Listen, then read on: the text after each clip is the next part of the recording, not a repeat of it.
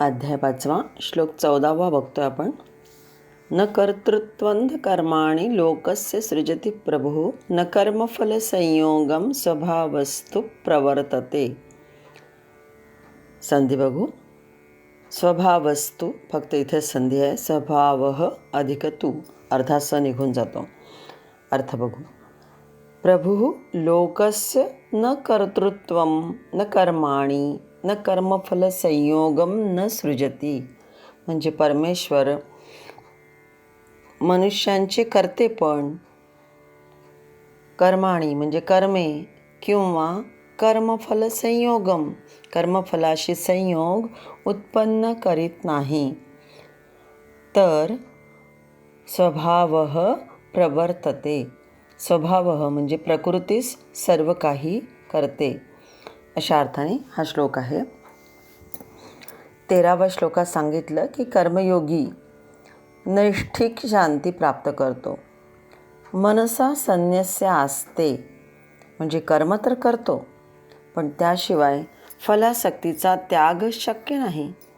पण त्या मार्गात विघ्नही असतात, कारण त्या विश्वामध्ये प्रकृतीनुसार स्वभावानुसार कार्य चालू असतं.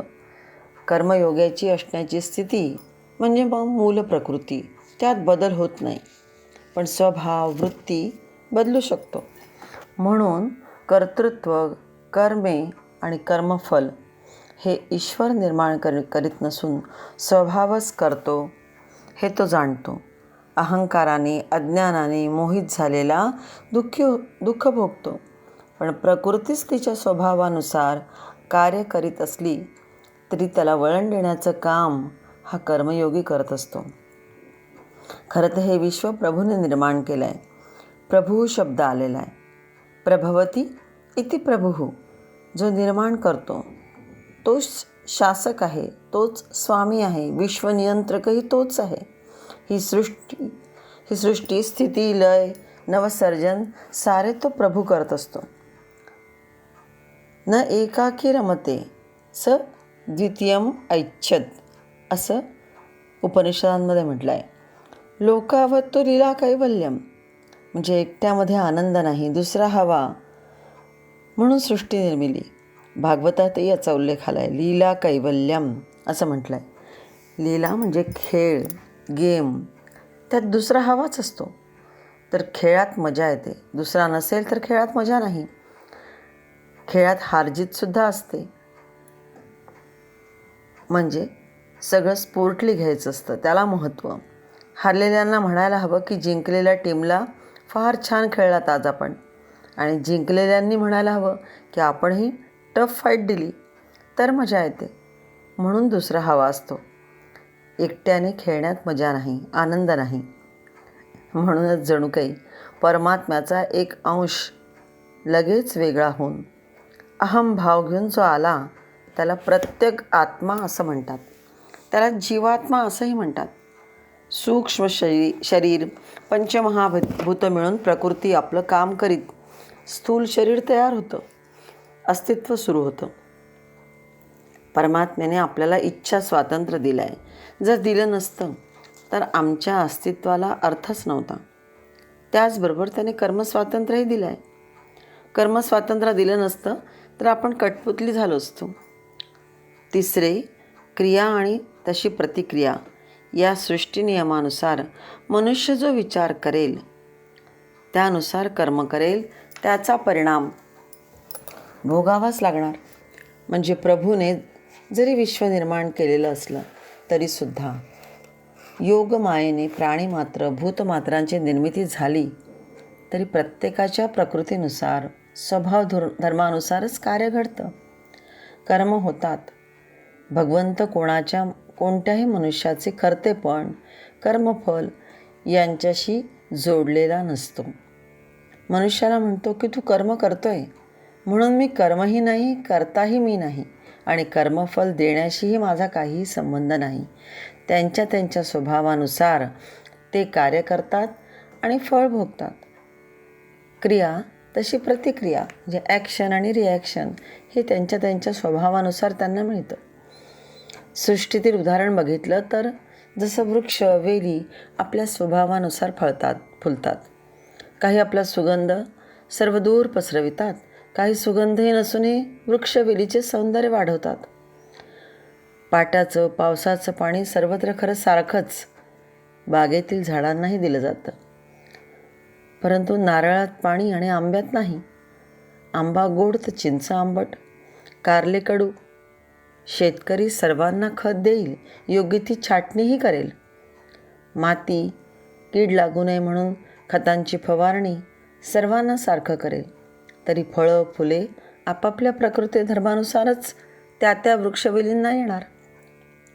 विकसनाला अनुकूल गोष्टी शेतकरी आणि माळी करणार, तरी अंतरीच्या धावे स्वभावे बाहेरी असं माऊली म्हणतात. त्या आपापल्या गुणधर्मानुसारच रिझल्ट मिळणार.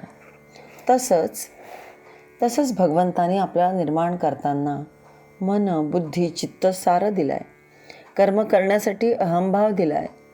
शिवाय वेगवेगळ्या संधीही दिल्या. त्या संधीचं सोनं करून घेणं न घेणं हे आपल्या हाती आहे. स्वभावस्तु प्रवर्तते म्हणजे अर्थातच प्रकृतीच सर्व काही करते, हा या शब्दाचा अर्थ आहे. म्हणजे सर्व प्रकृतीचा खेळ चालतो हे जरी खरे, तरी स्वभावतः म्हणजे त्याच्या असण्याची स्थिती प्रकृतीनुसार क्रिया. पण असण्याची स्थिती आणि मनुष्य स्वभाव या दोहोत निराळ्या थोड्या छटा आहेत. स्थिती मूळ प्रकृती असतेच, त्यात बदल नाही. असण्याची जी स्थिती आहे ती मूळ प्रकृती आहे, त्यात बदल होत नाही. पण मनुष्य स्वभाव म्हणजे वृत्ती तो बदलू शकतो. म्हणून कर्तृत्व कर्मे कर्मफल हे ईश्वर निर्माण करीत नसून स्वभावच निर्माण करतो. अहंकाराने अज्ञानाने मोहित झालेला मनुष्य हे परमेश्वराने दुःख दिले असं म्हणतो. पण मनुष्य म्हणजे जन्मजात गुण. हे गुण पूर्वकर्मानुसार निर्माण होतात. या जन्मी चांगले कर्म केले तर चांगले गुण वाढतील, त्यानुसार उत्तमोत्तम कर्म घडत जाईल. कर्मांचे फल मग चांगलंच प्राप्त होईल. नवीन गुण नवीन सत्कर्म नवीन चांगले गुण नवीन चांगले कर्म हे जरी स्थूल शरीर मृत झाले तरी सूक्ष्म शरीर कारण शरीर दुसऱ्या जन्मामध्ये भोगतो. म्हणून मिळालेल्या जन्मात विवेकाने वासना आसक्तीचा त्याग करून उत्तम श्रेष्ठ करणारा कर्मयोगीच हे अर्जुना तुला व्हायचं आहे. हे जणू या श्लोकामधून सांगतात आहे. मी कोणाच्याही कर्माचा कर्मफलाचा कर्मफल उत्पन्न करत नाही किंवा त्याच्याशी जोडलेला नसतो. मी कोणालाही काही देत नाही. ज्याच्या त्याच्या स्वभावानुसारच हे सुरू असतं. प्रकृती धर्मानुसारच तो त्याची कर्म करते पण भोगत असतो.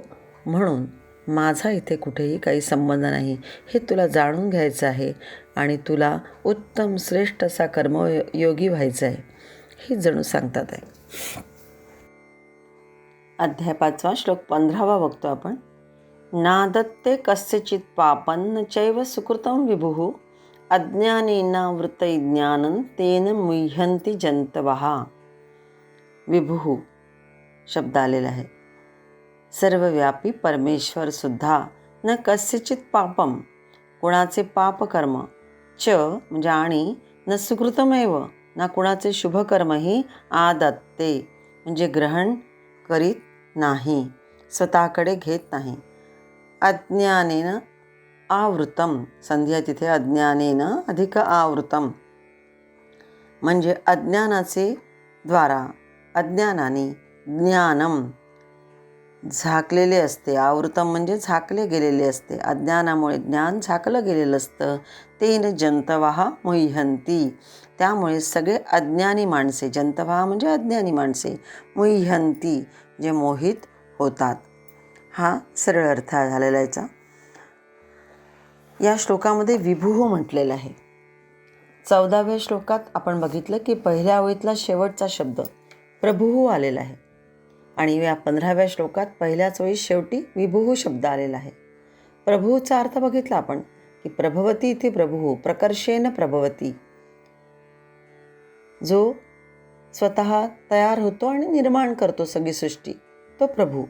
आणि व्यापनात विभुः जो सृष्टीला या सृष्टीमध्ये जो कणाकणात व्यापून राहिलेला आहे असा विभू कणाकणात व्यापून आहे. पण कोणाचे पापकर्म किंवा कोणाचे पुण्यकर्म शुभकर्म हा न आदत्ते म्हणजे ग्रहण करीत नाही. परंतु अज्ञानामुळे ज्यांचं ज्ञान झाकलं गेलेलं आहे असे जंतवाहा म्हणजे अज्ञानी लोक मोहित होतात. इथे खरं तर तेन जीवानी मुह्यंती म्हणू शकले असते, कुठलाही अनुष्टुप छंदाला बाधा न येता, परंतु जंतवाहा शब्द घातलेला आहे.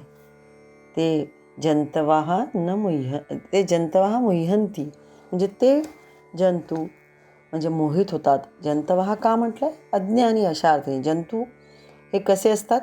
मोहित होणारे असतात कुठेही.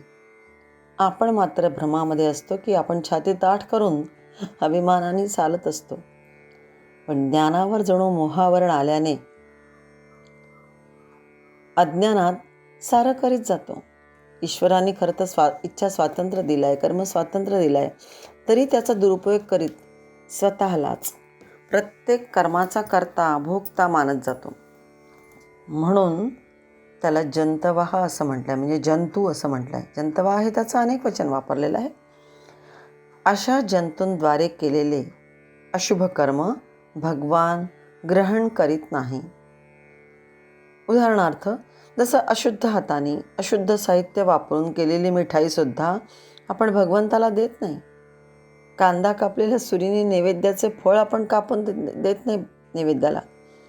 नैवेद्यात तुळस टाकू, पण केस किंवा कचरा पडला तर अर्पण करीत नाही.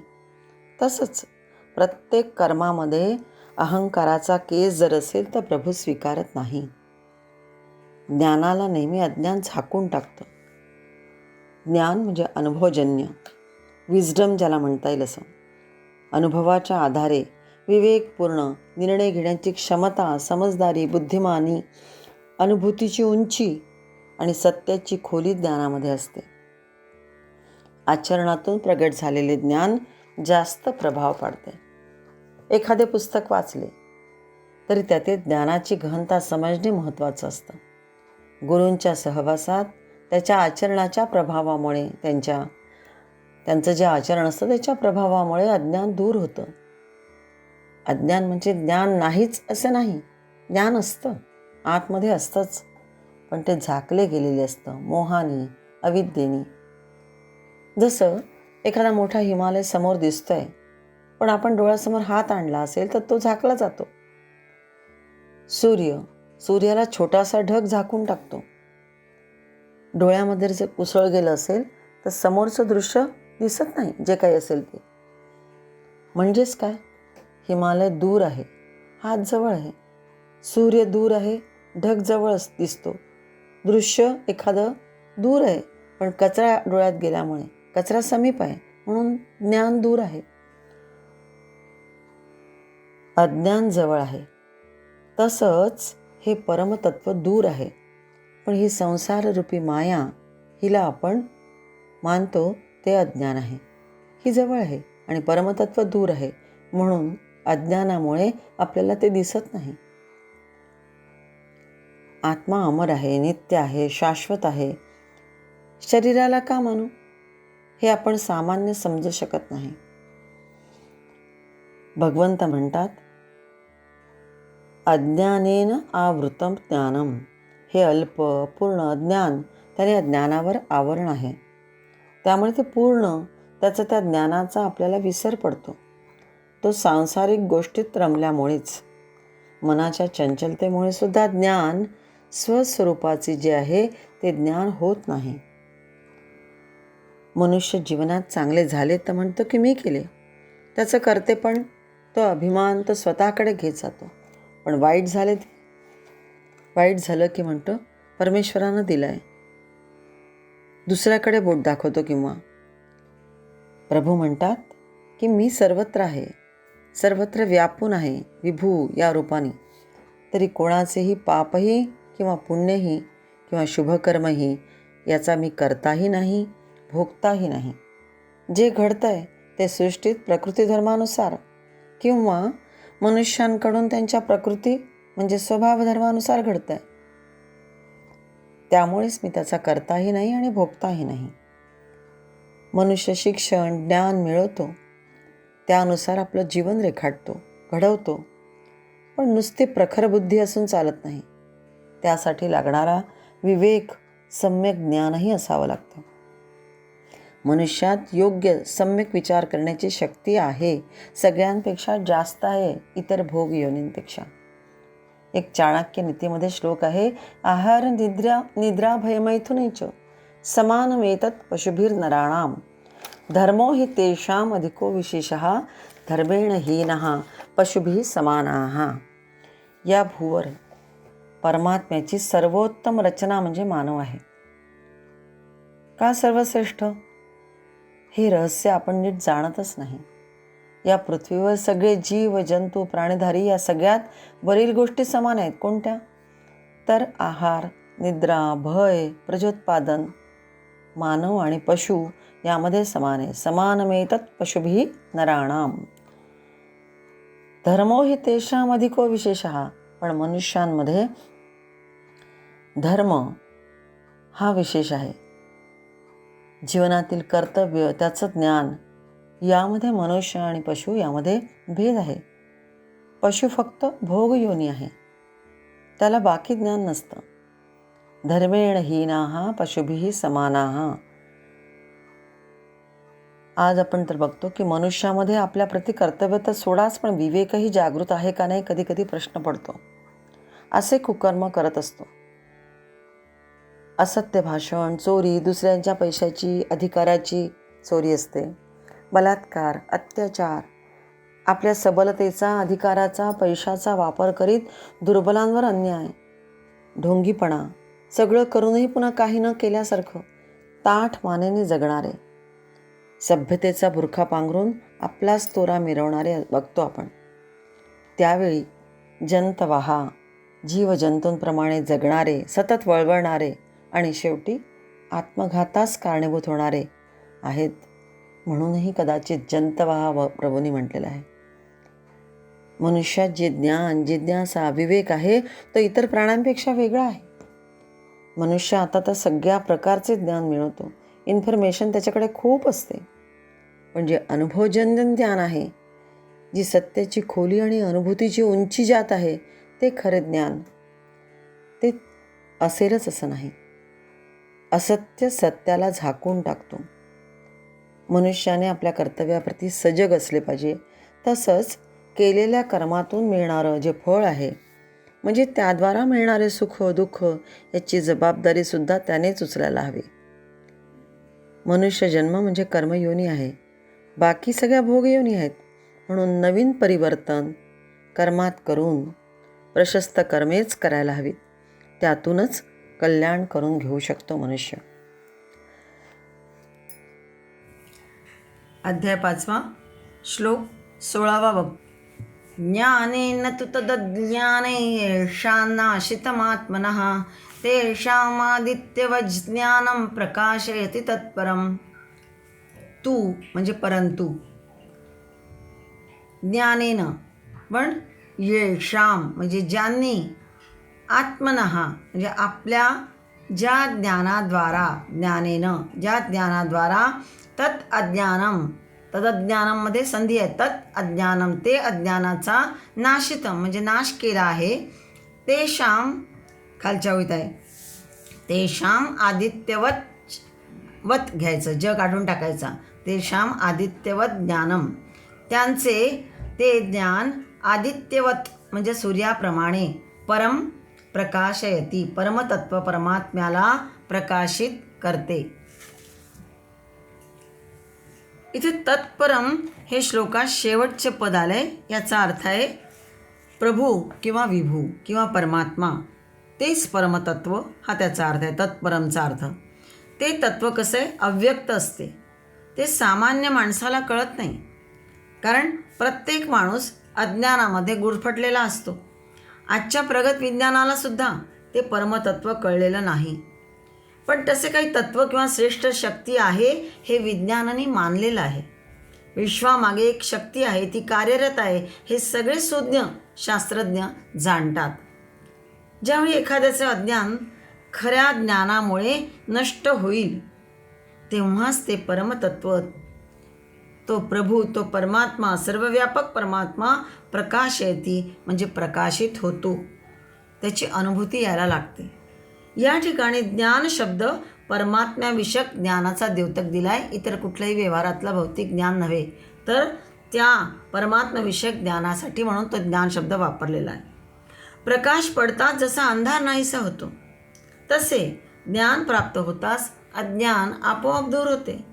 सूर्याला जशी अंधाराची कल्पनाही नाही, अमृताने जसे मृत्यूचे नावही ऐकले नाही, लक्ष्मी ज्याप्रमाणे दारिद्र्याचा कधी अनुभवही घेत नाही, तसेच ज्ञान प्राप्त होताच तेथे अज्ञान राहूच शकत नाही.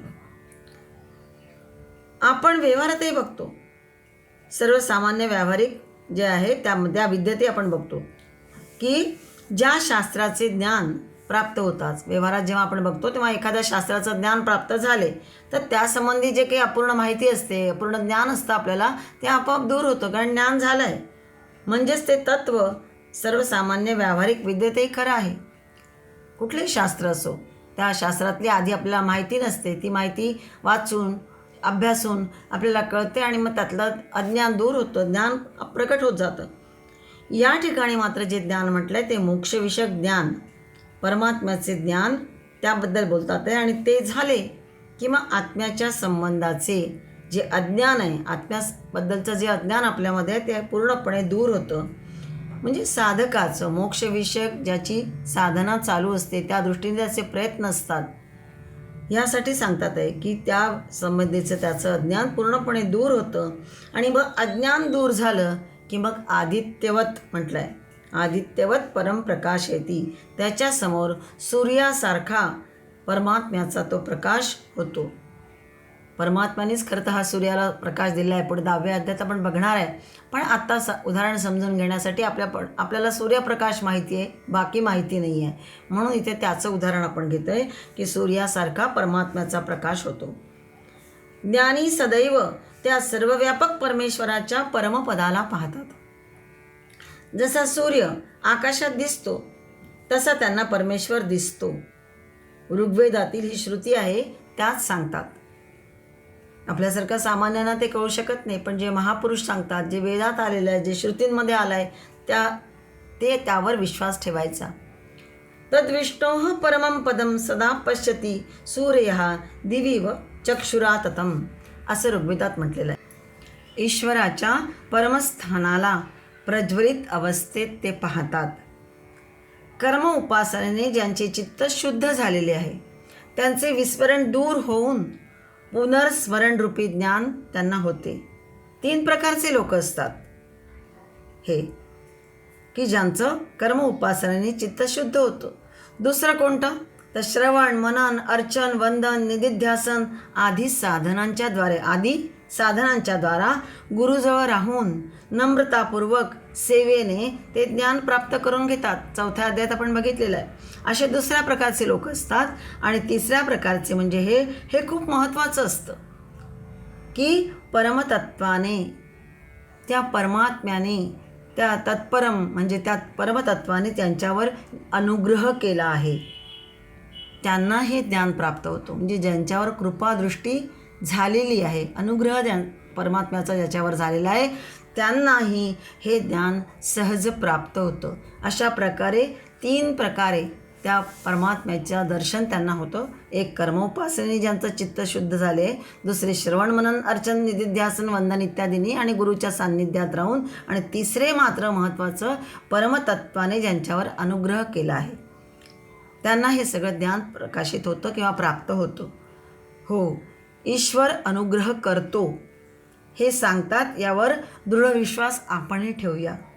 बघा ना, कुठल्या ना कुठल्या श्रेष्ठ ग्रंथाच्या निमित्ताने, उदाहरणार्थ श्रीमद भागवत असो, रामायण असो, श्रीमद भगवद्गीता असो, यासारखे महान ग्रंथ एखाद्या महापुरुषाच्या वाणीतून श्रवणानंद देण्यासाठी आपल्यासमोर आणून देतात. अशी काहीतरी योजना होते की आपल्याला ते ऐकायला संधी मिळत जाते. या संधीचा आपण फायदा घ्यायला हवा. त्यातून मग विशेष ज्ञान घ्यायला हवे, सावधान सतर्क राहायला हवे. हे समोर वारंवार येतं म्हणजे भगवंत आपल्यावर अनुग्रह करतात असं समजावे. अन्यथा ही संधी मिळतच नाही. पण ज्यांना ही संधी मिळते त्यांच्यावर थोडी का होईना कृपादृष्टी भगवंताची झाली आहे असं समजावं. ही फ्रिक्वेन्सी मॅच व्हायला हवी. कशी? तर मनुष्याचा मूळ स्वभाव ज्ञानप्राप्ती हाच आहे. ईश्वराची कृपा आहे की आपल्या आतील सगळे अवयव सेल फिटोफिट आहेत. वरचा मेंदूचा बल्बसुद्धा जास्त हॉर्स पॉवरचा आहे. पण आपण मात्र नेहमी स्विच ऑफ करून बसलेलो असतो किंवा ज्ञानप्राप्तीसाठी उत्सुक नसतो. तर अज्ञानाचा त्यामुळे अंधकार होणारच. इतर ज्ञान कितीही मिळाले, इतर व्यावहारिक ज्ञान आपल्याला कितीही मिळाले त्यामुळे त्यातून मनःशांती नाही, हे लक्षात ठेवायचं. त्यातूनच बरेचदा मग प्रमाद, मोह, अर्धवट ज्ञान आपल्याला होत जातं आणि मग अधोगतीकडे आपण वर जाता जाता सुद्धा कधी अधोगतीकडे पुन्हा येतो. पुन्हा वर जायला लागतो, पुन्हा अधोगतीकडे येतो. कारण आपल्यामध्ये पूर्णत्वाने आलेलं ते ज्ञान नसतं. म्हणून सातत्याने या सगळ्या संपर्कात जर आपण सतत असलो तर विचारांची दिशा बदलत जाते. हळूहळू अंतःकरणात ते सगळे विचार झिरपत जातात आणि आपोआपच कृती आपली वेगळी उत्तमच होत जाते. ज्याप्रमाणे बॅटरी कधीची घरी पडली होती आपल्या, अचानक लाईट गेले, अंधारामध्ये तिला लावण्याचा मग आपण प्रयत्न करतो, बॅटरीला घेतो, लावण्याचा प्रयत्न करतो. पण बॅटरीचा प्रकाश पडत नाही. सेल उलटे पालटे करून पाहतो, आतील बल्ब बरोबर आहे का नाही ते बघितला तरी बॅटरी चालू होत नाही. सगळं पाहिलं तरी टॉर्च लागत नाही आहे. मग कोणीतरी म्हणालं, अरे बटन दाबून बघितले का? बाकी सगळं बघितलं आपण, बल्ब नीट आहे का, सेल आहे की नाही, सगळं बघितलं होतं, पण बटन दाबलं नव्हतं. मग कोणीतरी म्हणालं, अरे बटन दाबून बघितलं का? कारण अंधार होता. तेव्हा कळलं की अरे स्विच ऑन तर केलंच नव्हतं. तसं होतं सामान्यांचं. ज्याची विवेकशक्ती जागृत आहे किंवा प्रयत्न करून ती विवेकशक्ती वाढवली तर मग सर्वद्वारेषु देहेस्मिन् प्रकाश उपजायते. आपोआपच सगळ्या द्वारांमध्ये म्हणजे सर्वत्र आपल्यामध्येच तो परमात्मतत्वाचा प्रकाश हळूहळू पसरत जातो. तो ज्ञानप्रकाश मिळत जातो. मग कुर्मोंगानीव संवर्ते सर्वशः, म्हणजे जिथे नको तिथे कुर्माप्रमाणे कासवाप्रमाणे आपले अवयव आपलं शरीर आवरून घेणं आणि जिथे हवे आहे तिथे मात्र पूर्ण रूपाने त्याचा उपयोग करून त्या परमतत्वाला शोधण्याचा प्रयत्न करणं, त्या दृष्टीने कर्म करत जाणं, विचार करत जाणं, चिंतन मनन करत जाणं हे सांगायचं. यालाच जीव जगत स्वस्वरूप निजस्वरूप जाणता येणं म्हणजे मग परमात्मतत्वाहून मी वेगळा नाही याची जाणीव होणं. मी भगवंताचाच आहे ही निष्ठा स्थिर होत जाते आणि मग ज्ञानाने स्वयंप्रकाशी परमतत्वाला समजून घेता येते आणि त्यानेच मग सगळं ज्ञान केव्हाच दूर झालेलं असतं. आत्मज्ञानानेच तत्परम प्रकाशयती हे जे वाक्य आहे ह्याची अनुभूती यायला लागते. हे जे श्रेष्ठ सांगतात त्यावर आपण दृढ श्रद्धा ठेवूया. त्या दृष्टीने आपलं सतत साधना असावी एवढंच फक्त या श्लोकातून आपण घ्यायचं आहे.